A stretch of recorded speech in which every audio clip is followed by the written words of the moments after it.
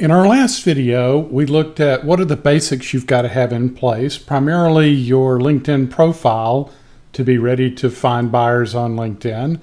And then the other really important, probably the most important item in the whole process is really knowing who you're targeting, who are your ideal prospects, your ideal clients. And when you've got that sort of an understanding, then the next step, and what we're going to look at in this video, is how to find those buyers, how to find more of them. My name is Clark Bishop. I'm the leader of Inbound Team, and it's one of the things we do all day long is help people find buyers on LinkedIn. So let's dig in. So I have to tell you about finding buyers. It does take some work. It takes some digging. Like this dog, he's about halfway underground, and it definitely takes some digging and definitely takes some work. But I'm going to show you three of our best ways that we go about finding buyers. And once we know who we're looking for, we do the research, we find them, and then the last step in the next video is going to be about connecting with them and starting the initial conversation. Now, I almost hate to tell you about the next trick, because this is so good, and a lot of people don't know about it, don't realize what you can do. But unless people have explicitly turned it off, then you can actually browse the connections of your contacts. And here's how you do that. So if you see a specific contact, somebody you're connected with, it does have to be a first degree connection, and LinkedIn will show you the number of connections they've got. So in this case, Josh has 500 plus connections, and if you click on that 500 plus, then it will take us to a screen that lets us browse through all Josh's connections. Now think about this with me for a minute, because what it means is if we're looking for a target market, as soon as we find one person in a target market, this gives us a real access to other people who might be interested in the same things. And so as soon as you start getting a few connections in a market, then it becomes that much more straightforward to see who the connections are connected to and expand from there. So it's a wonderful trick. And so it's a good shortcut, gets you there, but you do still have to do the work of getting to know each of these individual people. Now, there's several ways. If you look across the top where it says all, shared, and new, we can just browse through one screen at a time, all of the connections for this particular person. If it's relevant, in case of Josh, I have a lot of connections in common with him. Or we can look at Josh's new connections. Or, and this is an even more powerful version of this tip, go up under the magnifying glass and type in a specific person's name, or it'll work with roles or companies. So if you're looking for marketing managers or CFOs, or take your pick, then all of those people that Josh is connected with that fit that filter will show up.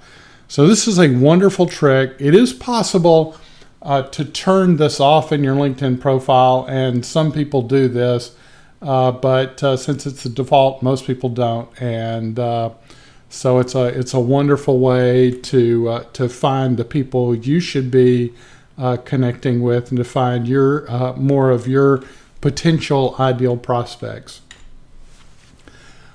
A more common way is to use LinkedIn's search feature, but even better is LinkedIn's advanced search. And they kind of hide the advanced button. It's located right next to the big blue magnifying glass, but because of the nice big blue button drives or pulls your attention in, and so a lot of people miss that little word advanced over there to the right. But when you click on that, it brings up a wonderful search tool that lets you enter keywords, company names, schools. Even better is over in the second column, you can pick the industry. So if you know you're looking for people in a certain industry, say you're looking for tax preparation accountants because that was your ideal prospect, then you can go under industry and look for CPAs or accountants or whatever's the best fit. It is worth taking a little bit of time to become familiar with LinkedIn's list of industries, and that will be a big help. Now, if your target is in larger companies, then this is a great way to network around inside of companies. You just put in the company name, and there will be a drop-down that pops up. This thing expands and contracts. There'll be a drop-down that pops up that lets you pick only current people who are currently employed with that company. You can even put in a geographical focus, put in a postal code with a range or whatever. And, there's so many ways to use this thing, I can't hardly cover all of them. If you know that your ideal prospects went to a certain university, you can pick the school and go from there, or you can focus on language or nonprofit interests that you have in common. This is a very, very powerful tool. I've only shown you here the fields you can search on with a free LinkedIn account. If you upgrade to a paid account, depending on how much money you spend, there will be even more options that you can use. Now, I'll show you one other thing which starts to transition us into to actually connecting with people. And it's a wonderful tool from HubSpot called Sidekick. You can get it for free at getsidekick.com. They do have some paid premium versions, but the free version is still pretty good. You do have to go under the Sidekick menu and enable this sidebar, but what it does is it pops up a little icon on every website you visit. And when you click that icon, it pops out this menu that gives us all kinds of information. It'll show us the industry, the number of employees, the revenues. You see that little blue more drop-down button there.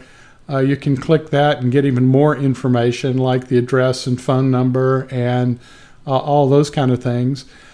Even better though, it lets us it will identify contacts that it can find. Now in this case, the contacts with this company are all showing my email address. That's not normal. And to tell you the truth, I'm not sure why it's doing that. It may be because I've been emailing these people.